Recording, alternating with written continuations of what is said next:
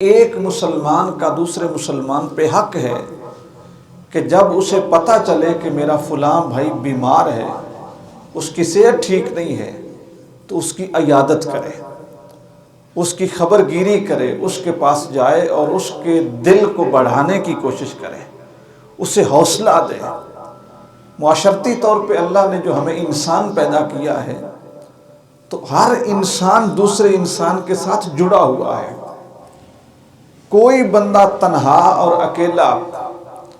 اس دنیا میں کامیاب نہیں ہے۔ ہر شخص کو اپنی کامیابی کے لیے، اپنی بہتری کے لیے، اپنے معاملات کرنے کے لیے، چلانے کے لیے دوسرے انسانوں کی ضرورت ہے۔ جتنے بھی معاملات ہیں دنیا کے، کوئی شخص اس وقت تک کامیاب ہی نہیں ہوا اور نہ ہی زندگی کی دوڑ میں آگے نکلا ہے جس شخص نے جس وقت تک انسانوں کے احساسات کا خیال نہیں کیا۔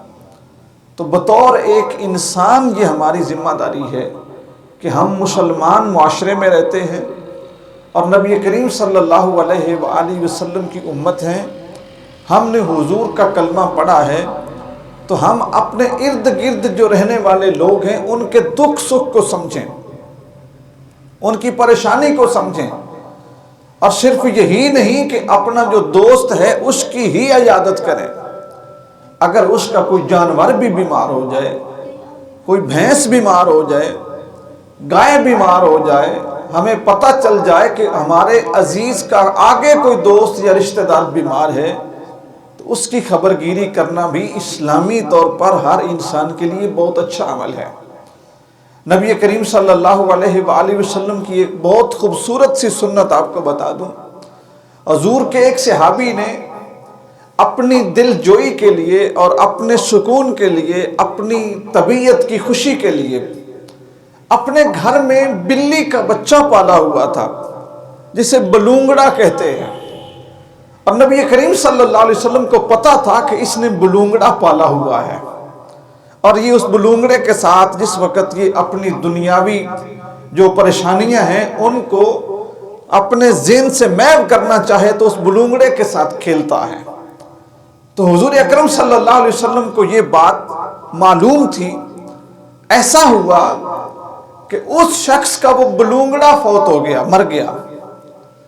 جس وقت وہ بلونگڑا مر گیا تو اس بندے کے لیے تو وہ بلونگڑا نہیں تھا، اس کے لیے تو وہ بڑا دوست تھا،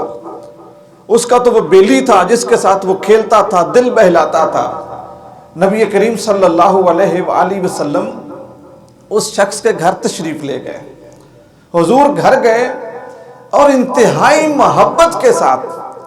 اور احترام کے ساتھ نبی کریم صلی اللہ علیہ وآلہ وسلم نے اس شخص کی دل جوئی کرنے کے لیے کہ اس کے دل کو خوشی ہو جائے، میرے محبوب نے ارشاد فرمایا، ان کا نام حضرت عمیر تھا، آپ نے فرمایا یا عمیرو ما فعل النویر، اے میرے عمیر وہ تیرے بلونگڑے نے تیرے ساتھ کیا کیا ہے، یعنی وہ تمہیں چھوڑ کے چلا گیا ہے۔ تو حضرت عمیر رضی اللہ تعالیٰ عنہ حضور کا یہ پیار دیکھ کے اور حضور کی ہمدردی دیکھ کے اور حضور کی دلچسپی دیکھ کے بہت خوش ہوئے، اور حضور کی بارگاہ میں عرض کی، اے اللہ کے رسول، آپ نے یہ جو میری دل جوئی فرمائی ہے اس سے میرا غم ہلکا ہو گیا ہے، وہ جو اس کے بچھڑنے کا دکھ تھا وہ کم ہو گیا ہے۔ تو یہ ایسی چیز ہے کہ جب آپ کسی مسلمان کے پاس دکھ کے موقع پر، تکلیف کے موقع پہ جاتے ہیں اور جا کے اس کا حوصلہ بڑھاتے ہیں، اس کو تھپکی دیتے ہیں، اس کے سینے پہ ہاتھ رکھتے ہیں اور اس کے ساتھ اپنے پیار کی بات کرتے ہیں، تو کیا ہے اس شخص کا دل بڑا ہو جاتا ہے۔